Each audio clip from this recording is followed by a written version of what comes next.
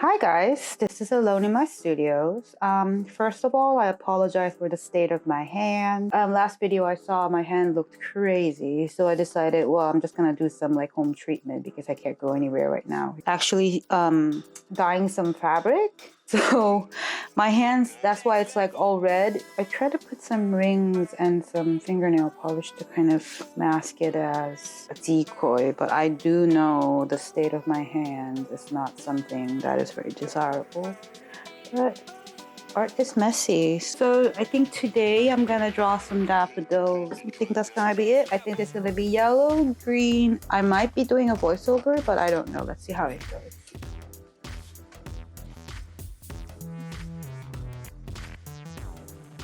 Yeah, but like, how's your day been? Are you guys inside and like all safe?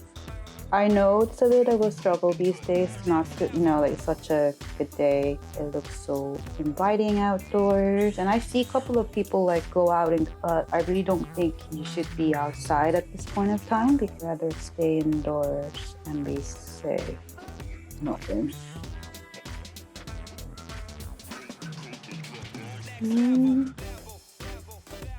And also I miss everybody. I miss like going out and like I miss meeting people. Yeah, but it's been pretty good in terms of my art because I've been able to focus a little bit more. What was this flower's name again? Daffodil. Okay.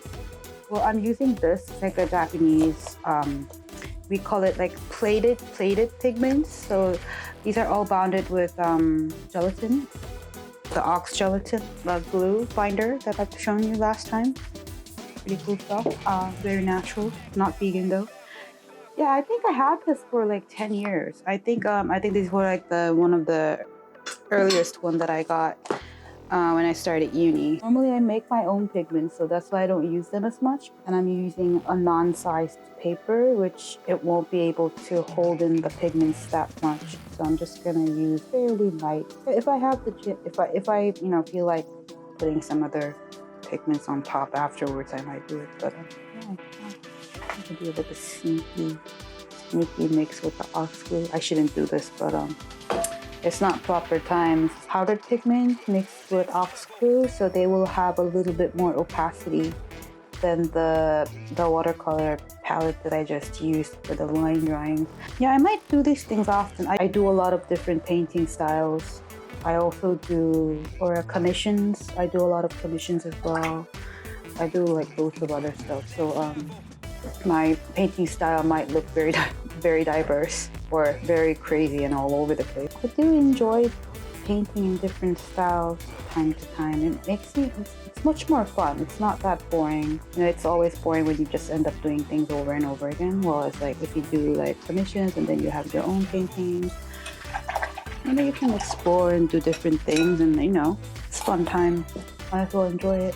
I think today will be a light-hearted painting, just like a little cute teacup, but I'm actually thinking I might do like a whole like voiceover ones that I don't talk while I'm painting, because it does takes off a bit of your concentration when you're talking while painting, and I'm not really used to like talking and painting unless it's like a educational environment where I have to paint and show at the same time. I might like do a more highly detailed one with like traditional flowers. And I recently did a commission job for a cafe opening, and the person was asking, could you draw me like 9 koi fish? Well, I just don't want to do this kind of like super traditional style because those are a bit boring, because 9 koi is apparently in Eastern Asian cultures is supposed to bring you good luck. So these are like for cafe opening presents or like business opening presents. You know what, it's a cafe. I heard that it's a cafe place, so I think it's gonna be better if I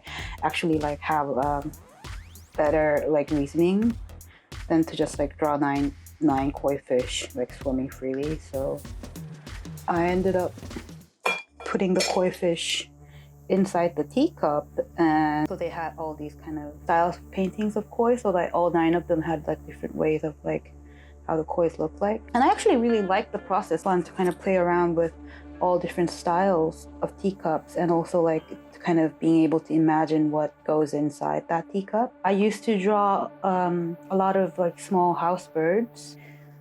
I think I'm gonna try to make that somehow.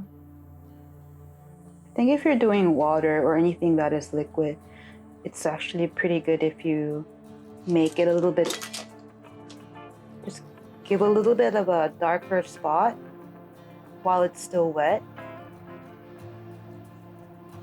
That you'll kind of know that it's liquid. A little bit of shadow on just the edges. But we're gonna put a bit more. Put a bit.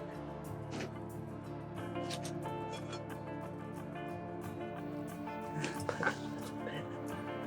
When I say it was messy, I just found out my hand is like this, but happens. I'm gonna put a little shadow underneath the teacup. At the ending touch, you get to kind of figure out how it's gonna look like. Does that make sense? Let's turn myself up.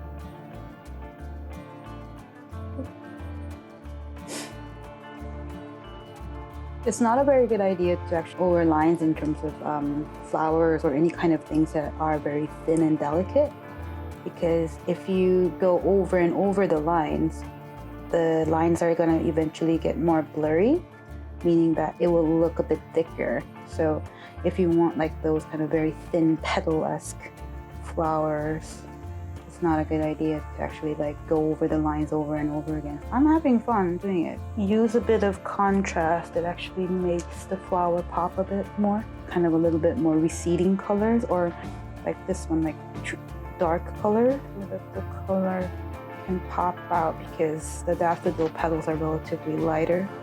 Dark center for the daffodils. So I'm just going to put another line to it.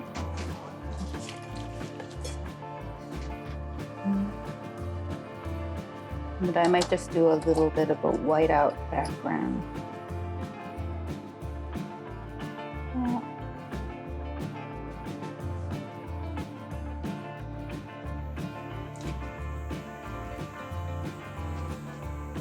Yeah, I think that was it. Thank you for watching. Bye.